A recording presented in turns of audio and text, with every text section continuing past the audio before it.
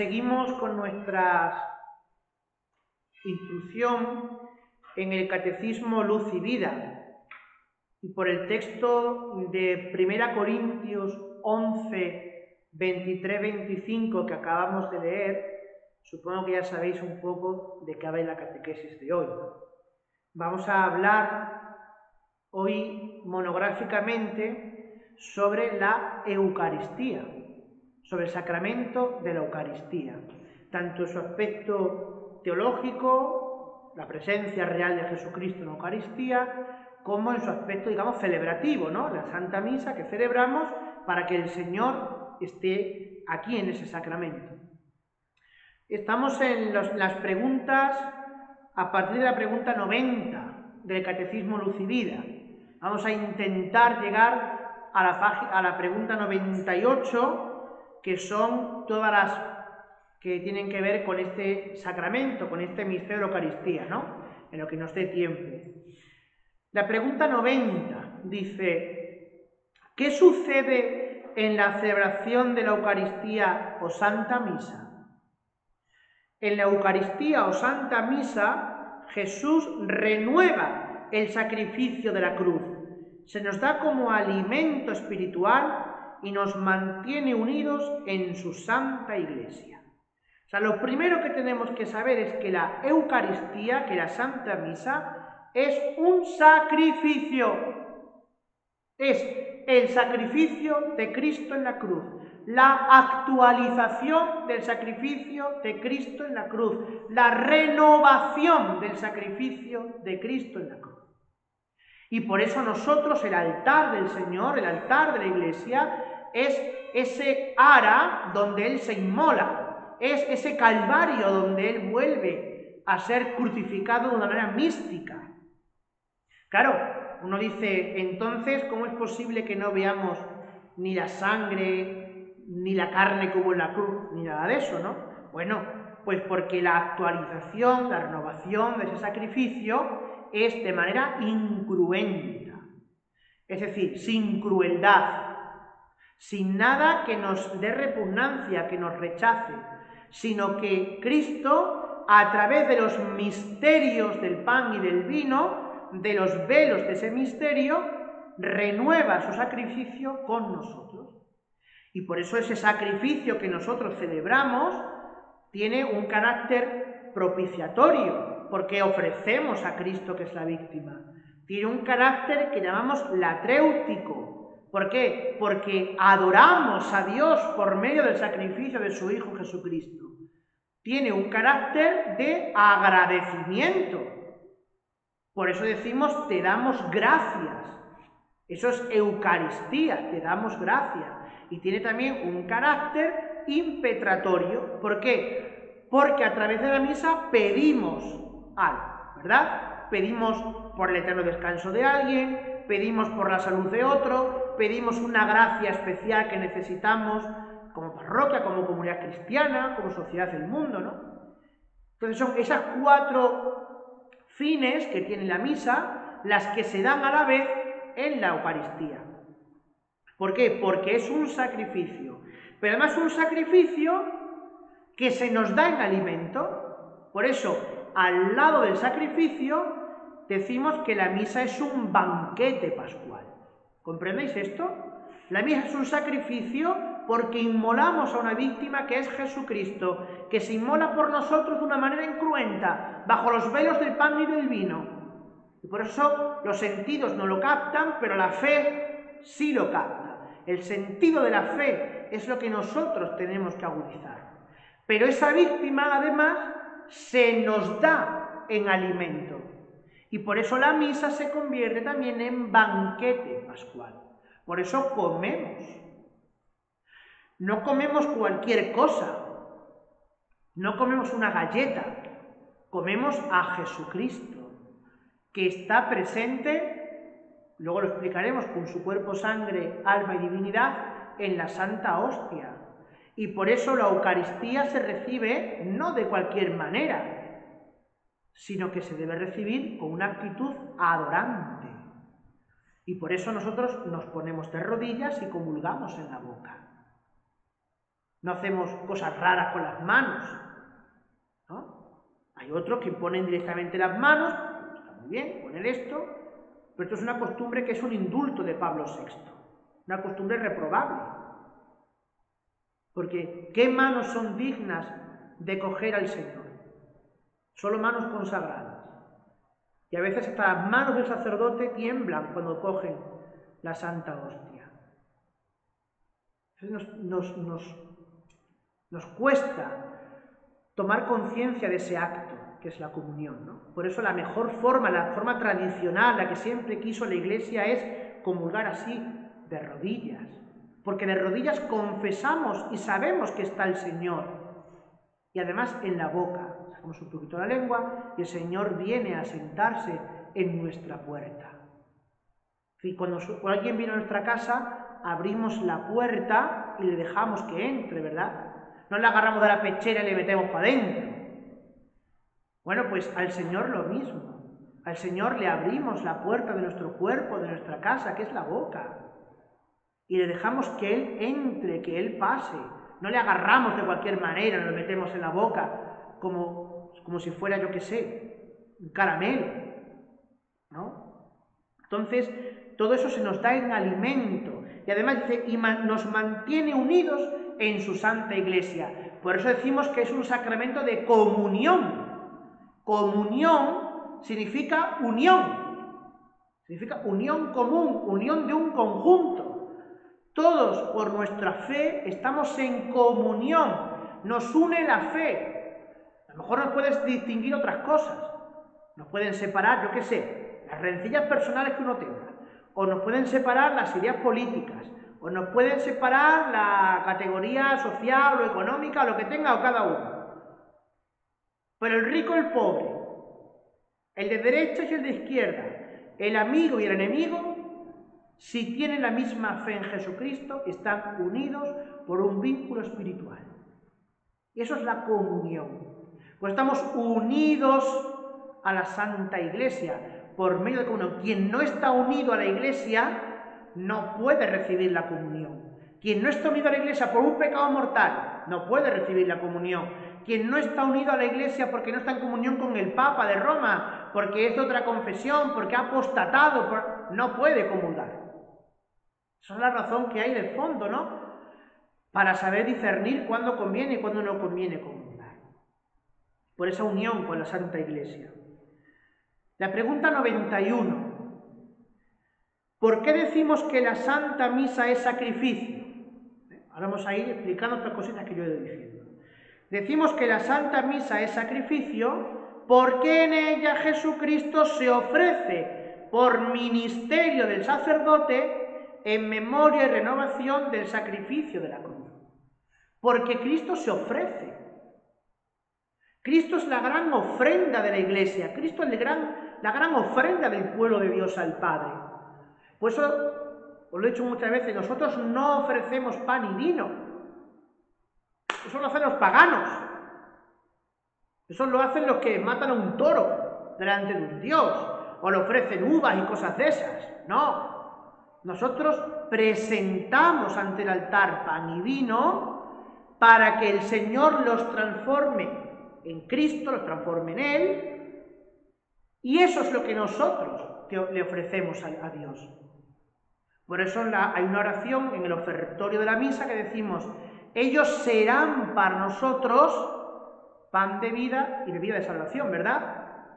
Pero es que luego vamos a decir, te damos gracias, Señor, y te ofrecemos este pan y este cáliz, este pan de vida eterna y este cáliz de eterna salvación.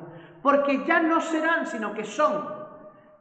Eran pan y vino, pero tras la consagración, tras las palabras de la consagración, son Jesucristo que se ofrece al Padre y que nos une también a nosotros en esa ofrenda al Padre.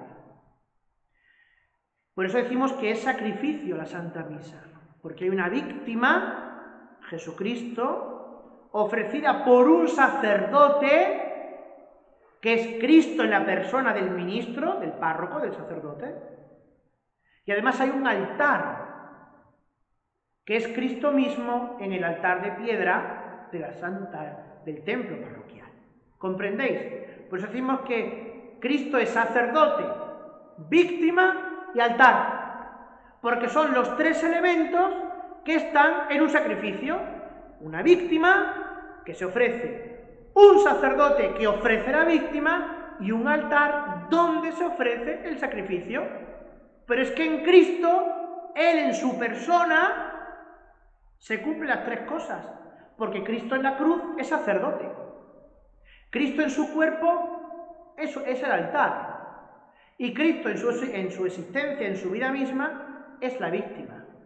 Y esas tres cosas, en la Iglesia, en el culto cristiano, están representadas por un ministro, por una mesa de piedra y por el pan y el vino, que todo en conjunto, repito, es Cristo mismo.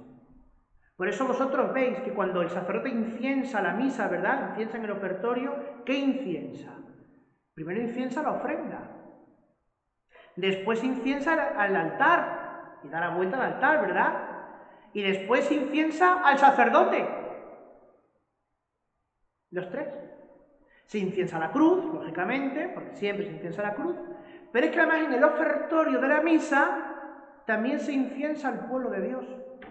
¿Por qué? Porque el pueblo de Dios se une al sacrificio de Cristo. Y por eso, antes de empezar todo el sacrificio de la misa, el sacerdote se da la vuelta, cuando celebra mirando hacia Oriente, que es como ya hablaremos de eso, se da la vuelta, mira al pueblo y abriendo las manos les dice: orad, hermanos, para que este sacrificio mío, porque soy sacerdote ministerial, y vuestro, que soy sacerdote también por el bautismo, que también os compete a vosotros, esto que voy a hacer yo, sea agradable a Dios Padre Todopoderoso, porque el sacrificio tiene que ser agradable a Dios. Agradable no significa simpático, agradable significa que Dios lo acepte, que a Dios le guste. Y el sacrificio que a Dios le gusta es un corazón puro. Por eso, al lado del sacrificio de la misa, está también el sacrificio de los fieles, que tiene que ser con un corazón puro, con una atención al Señor. Por eso el sacerdote, antes de todo eso, se ha purificado, se ha lavado las manos y ha dicho, inclinado ante el altar, así, inclinado, ha dicho: in spiritu militate tenimo contrito, suspiciamo a te Domini, o sacrificium laude. Con espíritu humilde y con un corazón humillado te ofrezco este sacrificio, Señor, para que sea para ti, para que lo encuentres agradable en este día. Y después se lavará las manos y el pueblo es incensado y estamos todos juntos en este sacrificio. Pues es tan importante esta categoría y verlo así. Porque cuando el sacerdote dice ese orad, hermanos, ¿qué responde la gente? ¿Qué respondéis vosotros? El Señor reciba de tus manos, porque es la que consagra, este sacrificio. ¿Para qué? Para alabanza y gloria de su nombre, para nuestro bien y el de toda su santa iglesia. Esas son las tres cosas por las que se ofrece el sacrificio. Primero, para que Dios sea bendito y alabado, ¿vale? Su sacrificio que le da gloria. El segundo, para bien de los que estamos aquí. Y tercero, para que redunde en beneficio de toda la santa iglesia de Dios extendida por el mundo entero, los que están y los que no están. Por eso se ofrece el sacrificio de la misa. Y ese es el valor grande que tiene para nosotros el que se siga celebrando, ¿no? Por eso yo me empeñé, esto como una confesión, ¿no?, cuando el confinamiento de hace 2 años o hace 3 años, yo me empeñé cada domingo en subir aquí al pueblo.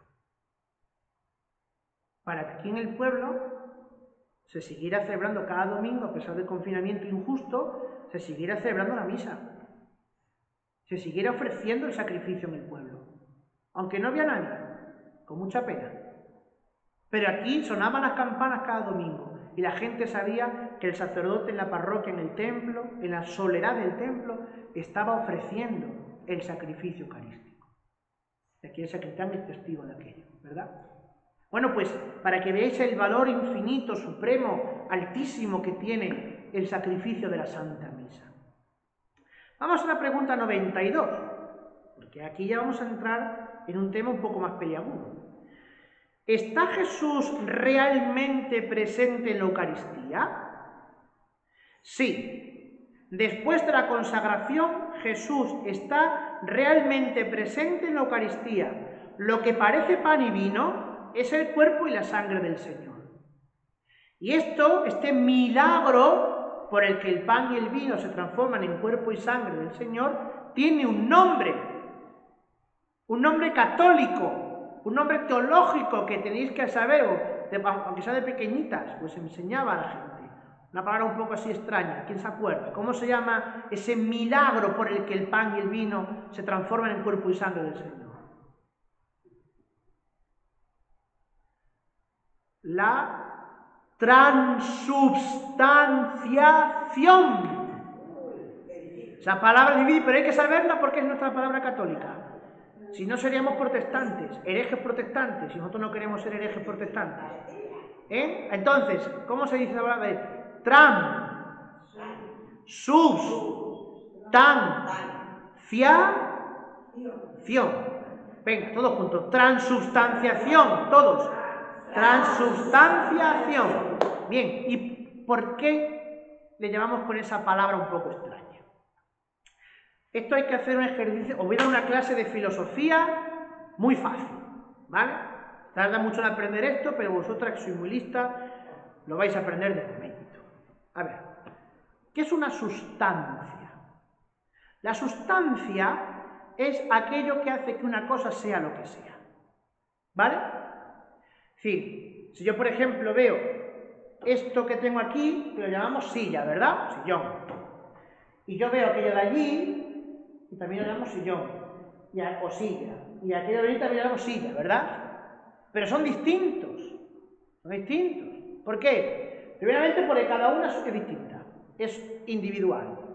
Segundo, puede ser de madera, puede ser de plástico, puede ser de hierro, ¿verdad? Puede ser negra, puede ser marrón, puede ser azul. Pero sin embargo, sea de madera, de hierro, de plástico, negro, azul o marrón, sigue siendo silla. ¿Por qué? Porque la sustancia es silla. Pero lo que cambia son los accidentes. Accidente puede ser alto, bajo, de color, de sabor, todo eso, porque los accidentes son lo que nuestros sentidos perciben. ¿Claro? Si yo toco esto, digo, está frío, es duro, madera, es de color marrón oscuro, ennegrecido. Pero es una silla, es una silla. Y si yo miro aquella de allí, diré, uy, pues eso es un marrón claro, está menos fría y sigue siendo silla. Entonces, ¿qué es lo que ha cambiado? ¿La sustancia o el accidente? ¿El accidente? ¿No? Cambia el accidente. Pero la silla no cambia. La silla es la silla. Bueno, pues en la Eucaristía, ¿sabéis qué es lo que cambia? ¿La sustancia o el accidente? ¿Qué es lo que cambia en la Eucaristía? La sustancia. ¿Por qué? Porque los accidentes permanecen. Es decir, si yo cojo una oblea, una forma, y la consagro, ¿a vosotras qué os sabe? A pan. La veis blanca, ¿verdad? Sigue siendo blancante y después de la consagración.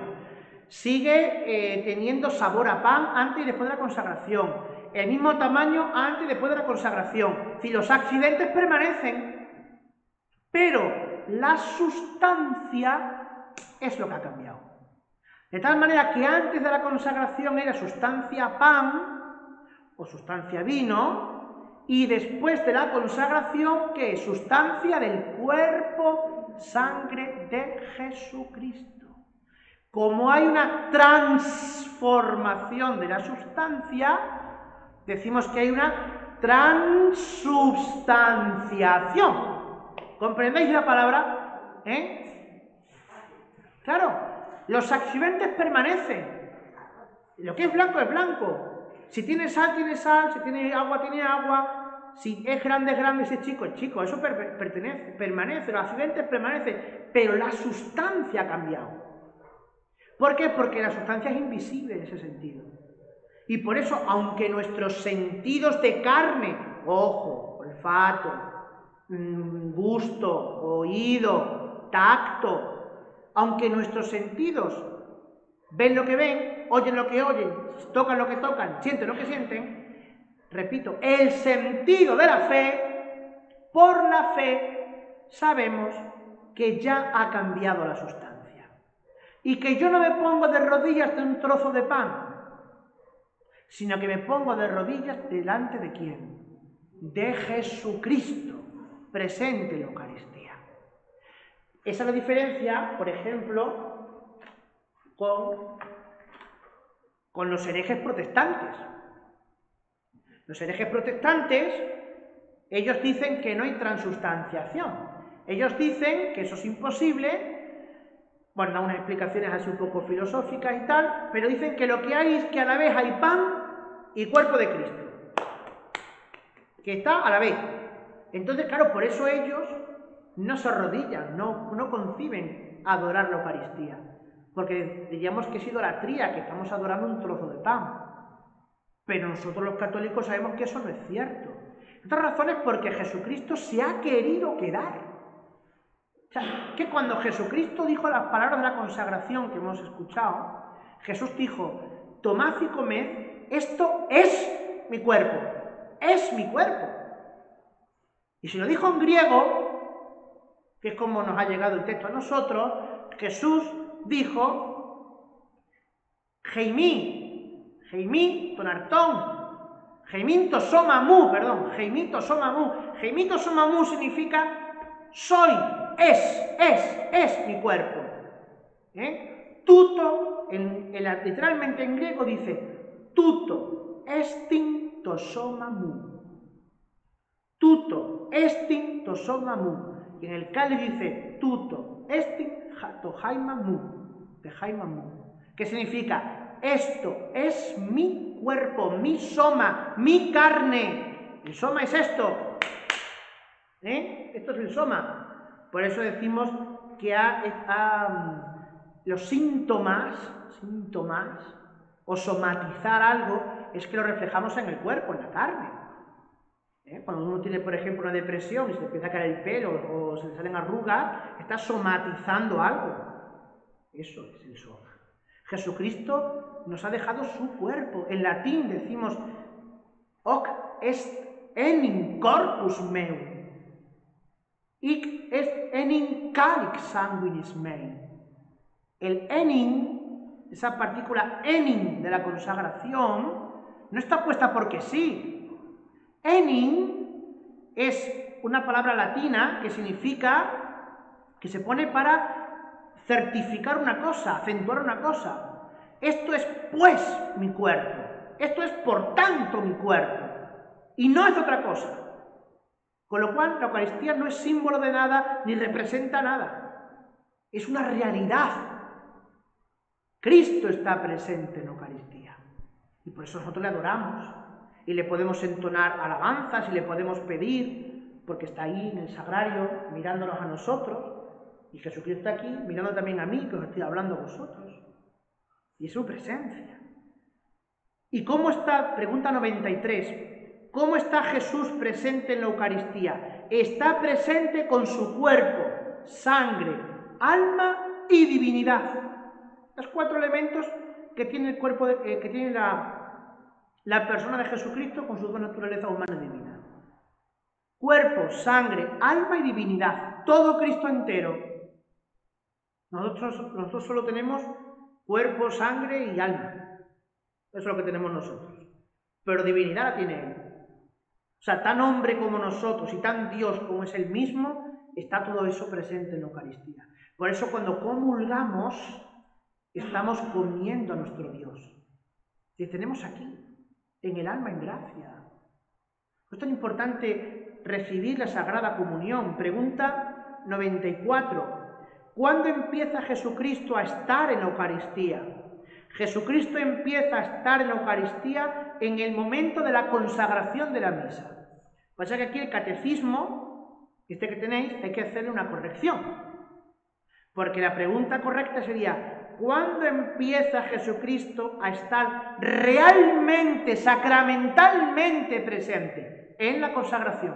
Porque realmente durante toda la misa Jesús está presente.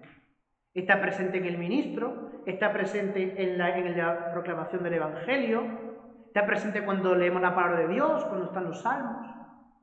Pero realmente, es decir, con realidad corporal, sacramentalmente, está en la Eucaristía. ¿De acuerdo? Si no podemos decir, bueno, entonces si solo está Jesucristo en la Eucaristía, pues entonces la primera parte de la misa me la salto. No, toda la misa hay presencia de Jesucristo. Pregunta 95. ¿Qué es la Sagrada Comunión? La Sagrada Comunión es recibir al mismo Jesucristo bajo las especies de pan y vino. Claro, porque si el vino es vino, pues el vino tiene alcohol. Te emborrachas y bebes mucho. Claro. Pero en esas especies, bajo esos accidentes, repito, está la sustancia de Cristo, la presencia real, sacramental, viva de Jesucristo. Y por eso cuando nosotros lo comulgamos y se destruye la forma, porque se destruye con la saliva, ¿no? Cristo sigue presente en nosotros. Y nosotros, esto es algo que tendríamos que pensar muy seriamente, porque después de comulgar, nosotros nos convertimos en custodia del Señor, Nos convertimos en sagrarios vivientes. O sea, cuando un cristiano católico ha comulgado y se va desde aquí a su casa, hay casi, porque alguno que me ha escrito dirá, ¿usted es un hereje? No, no soy hereje. Pero hay casi que una procesión de corpus. Dicen que la primera, ¿sabéis cuál fue la primera procesión del Corpus Christi de la historia? La primerísima.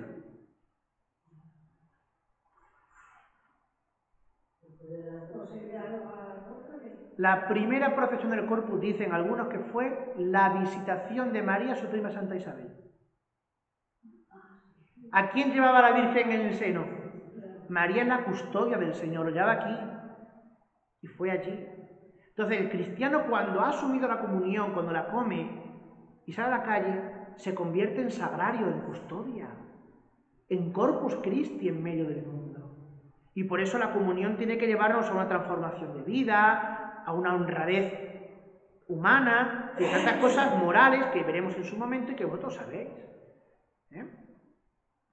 Una vez me pasó que estaba yo en un pueblo, yo no era ni sacerdote, era seminarista, me mandaron a un pueblo a hacer una celebración de la palabra, con tan mala suerte de que terminé de dar la comunión y se acabó. Y entonces el sagrario se quedó vacío. Y le dije a la gente, bueno, habéis visto que el sagrario se ha quedado vacío, ¿no? Digo, ahora el sagrario sois vosotras. Sois vosotros, el sagrario de esta parroquia. A vosotras os toca ahora, durante esta semana, hasta que venga el sacerdote a decir la misa, os toca conservar la memoria de Jesucristo en este pueblo. Cuando yo voy a mi casa, soy sagrario en mi casa. Tengo al Señor conmigo. Soy presencia también con Él, ¿no? Pregunta 96. Mira, ¿para qué recibimos a Jesucristo en la Sagrada Comunión? ¿Cuántas veces nos podemos hacer esa pregunta? ¿Para qué lo he recibido? Bueno, pues para que sea alimento de nuestras almas, nos aumente la gracia y nos dé la vida eterna. Para eso hemos recibido, para que sea alimento de nuestras almas. Para que nuestras almas no se pudran, no se marchiten por el pecado. Para que el Señor nos prevenga de los pecados mortales y nos evite los veniales. Para que sintamos repugnancia hacia el pecado. Para que digamos, si he comulgado, no puedo pecar. E incluso decir, si quiero comulgar, no debo pecar. Y ese pensamiento te evita el pecado. Y te hace que tu juicio, que tu criterio, que tu razón, que tu tentación incluso se enderece hacia la virtud, hacia lo santo, hacia lo bueno. Pregunta 97. ¿Cuántas cosas son necesarias para recibir bien la Sagrada Comunión? Son necesarias 3 cosas. Primero, estar en gracia de Dios, es decir, estar confesado menos recientemente, o al menos no estar en pecado mortal. Si alguno tiene pecado venial, pues hacer un acto de repudio del pecado, de rechazo del pecado, y bueno, está el acto penitencial de la misa. Segundo, guardar el ayuno eucarístico. Ahora veremos qué es eso. Ayuno eucarístico. Y tercero, saber a quién recibimos. Recibimos a Dios, a nuestro Señor Jesucristo. Es a quien recibimos en la comunión. Y eso despierta en nosotros una actitud, una forma de ser y de estar. Y pregunta 98, que es la última. ¿Qué es guardar el ayuno eucarístico? Guardar el ayuno eucarístico es no haber comido desde 1 hora antes de comulgar. El agua no rompe el ayuno. Antes eran 3 horas, que así lo puso Juan 23. Y antes de Juan 23 era desde el día, desde la noche antes. Entonces se cenaba y hasta, claro, antes la misa era a lo mejor a las 6 de la mañana. Entonces digamos que el ayuno estaba fácilmente garantizado que se hiciera, ¿no? Pero por lo menos 1 hora antes de comulgar. Y si uno tiene que tomar un alimento porque tiene que tomar una pastilla, eso no rompe el ayuno. Igual que el agua no rompe el ayuno. Ahora, si tú vienes por la iglesia y le tomas una Coca-Cola de camino, sí rompe el ayuno, bebida azucarada. Entonces, pero por lo menos 1 hora antes de comulgar, no de la misa, que aquí hay que distinguir, antes de comulgar, porque en la misa se puede comulgar o no. La comunión es muy recomendable, pero no es obligatoria. Quien no comulga en misa no significa que participe menos de la misa, ¿de acuerdo? Porque uno puede no comulgar porque está en pecado mortal, o porque no ha dado tiempo a guardar el ayuno eucarístico, por cualquier cosa. Y no pasa absolutamente nada. Una vez escuchaba yo un sacerdote que decía que hay más amor a Dios en no comulgar cuando no se puede que en forzar las comuniones o comulgar cuando se quiere. No por muchas comuniones amamos más a Dios, También hay que saber renunciar. Y por eso hay un problema ahí, ¿no? Muchas veces cuando hay gente que por su pecado, por su vida, pues no puede acceder al sacramento de la comunión por esas razones. Pero no están nunca excluidos de la Iglesia. No son rechazados de la Iglesia, pero tienen que participar de una manera distinta. Pues ojalá que cuidemos mucho nuestras comuniones, que vivamos mucho este misterio de amor, que adoremos siempre la Eucaristía, que estemos incluso dispuestos, si tocara, a dar la vida por ella. Hoy leía yo los mártires de Abitinia, o Abitene, que en el siglo III, ¿no?, los capturan y su alegación era que sin la misa no podían vivir. Sine dominica non possumus, decían. Sin el alimento eucarístico de cada domingo no podemos vivir. Le decían eso al gobernador romano. Somos cristianos y nos juntamos todos los domingos para celebrar la misa. Si nos quieren matar, mátanos, y si no, vamos a seguir usando la vida, te guste o no te guste. Pues ojalá que nos recuperemos también ese espíritu, ¿no? Que seamos gente de decir, sin el domingo no puedo seguir viviendo mi fe. Porque a veces no es comulgar porque uno quiere o por rutina, sino porque necesitamos a Dios, porque necesito su presencia en mí, porque la comunión me recrea, me renueva, me levanta de mis postraciones, de mis miserias. Pues ojalá que todo esto lo tengamos siempre presente en la conciencia, en el corazón, y adoremos y alabemos siempre al Santísimo Sacramento del altar.